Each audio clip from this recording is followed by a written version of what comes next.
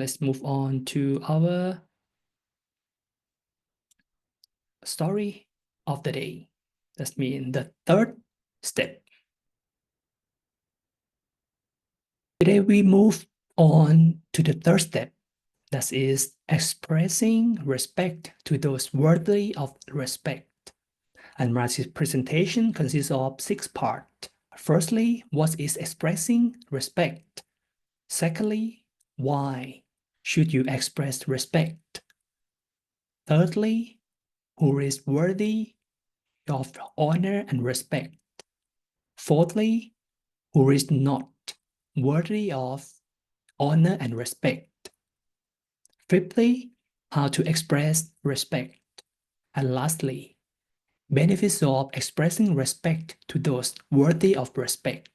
Without further ado, let's move to one wonderful proverb said that when a new growth tree is still a firmly sapling, it needs a supporting stake to protect strong winds, to blow it down or tear it up by its root, isn't it?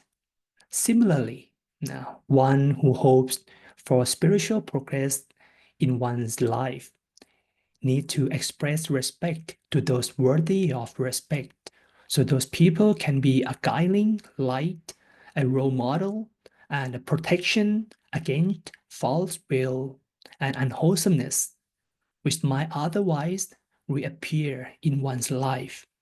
And one of the most difficult jobs in the world to do is the job of teaching the idea of what is right and what is wrong. Do you think so? And because of that, whoever is able to teach us to see what is the right should be someone we will always respect and pay homage to for our whole life. One can prevent from committing wrong judgment by not associating with those who are fools. One is planted with the right will when associating with the wise, is able to maintain this showing his respect, high praises, and adoration to those whom are worthy of respect. Now let's move to the first question. What does expressing respect mean? Expressing respect means any polite and intentional action towards someone or something, both in their presence and behind their back. Is it the device that demonstrates that one is really recollecting the virtues of the person or thing? Our hearts will always be lit up, don't fall into evil ways. Expressing respect is a way to purify our mind, because the mind of those who cannot accept virtues in others is not yet refined.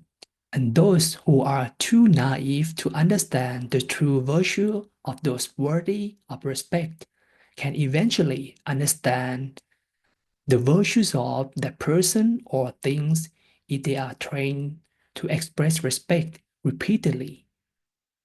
They will also become like those worthy of respect. The second question is, why should you show respect? Regularly paying respect or homage to the worthy helps you become more mindful and appreciative of the goodness of others. It instills in you the ability to observe, absorb the greatest knowledge, wisdom, and virtues from people who are better and wiser than you. It elevates the quality of mind and helps you become more humble, polite, and enduring as a person. The third question is, who is worthy of honor and respect? Now, you might wonder. The people worthy of respect are those who perform good deeds as if their life depends on them, and their goodness should be remembered by us. And people have made beneficial contributions to mankind. We should model their behaviors and ways of thinking. Such individuals are those who keep firm precepts and have a conscience and wisdom. For example, firstly, the Buddha. You might ask why. Why we consider the Buddha to be worthy of respect, and find that this is because the Buddha has three worthy qualities. The first quality is his wisdom is so great that he could signal handily attain enlightenment.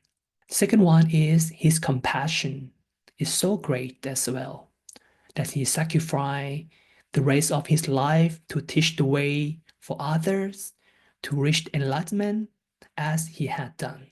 Thirdly, his body, speech, and mind were so pure because of the immaculateness with which he had kept the precept that no one else in the world can compare. And for this reason, we hold them in the highest of respect. The second one is the monk. I'm sorry for the word. The monk. Monks are individuals who teach themselves before teaching anybody else to ensure that what they preach is right. They are also those who can encourage others to behave well and do good deeds. The third group is parents and elder relatives who are positive role models, and other people who display good behavior are worth our respect. Fourthly is your teachers who are knowledgeable and display positive behavior should be respected by the students. And one more group is virtuous employees. Virtuous employers are those who act as a positive role model and apply Dharma in their daily life. They are individuals who their workers should respect. Good to know Dharma is the teachings of the Buddha, which leads to enlightenment. The fourth point is who is not worthy of honor and respect. Correspondingly, we must be careful not to pay respect to things not worthy of respect. There are four categories of things we should avoid or paying respect to. The first one is people not worthy of respect. In general, people who don't live their life of virtue are not worth of respect. Now, you should not respect fools and people of immoral character, regardless of how famous or powerful they may be. Second one is objects not worthy of respect. Objects related to fools, such as their picture, their belongings, or their teaching, are not to be idolized. Third one is objects which leads to foolishness. This means not idolizing things like pictures of models, singers, or sportsmen who lack virtue, or advertising for roads to ruin, such as alcohol. We should not use those sorts of things to decorate our homes. Fourthly, objects which lead to misunderstanding. Buddhism advised against superstition and blind faith. And blind faith, those objects in the position of respect or worship, is a sign of ignorance. It is not the characteristic of the wise person. The use of lucky charms and other superstitious objects should be avoided. objects of superstitions such as an animal, a rock, a tree, a mountain, a river, or so on, are not worthy of respect. The fifthly is how to express your respect. Let's put it into practice. Respect can be expressed through the channels of body, speech, and mind. Let's start with the first one. Physical respect.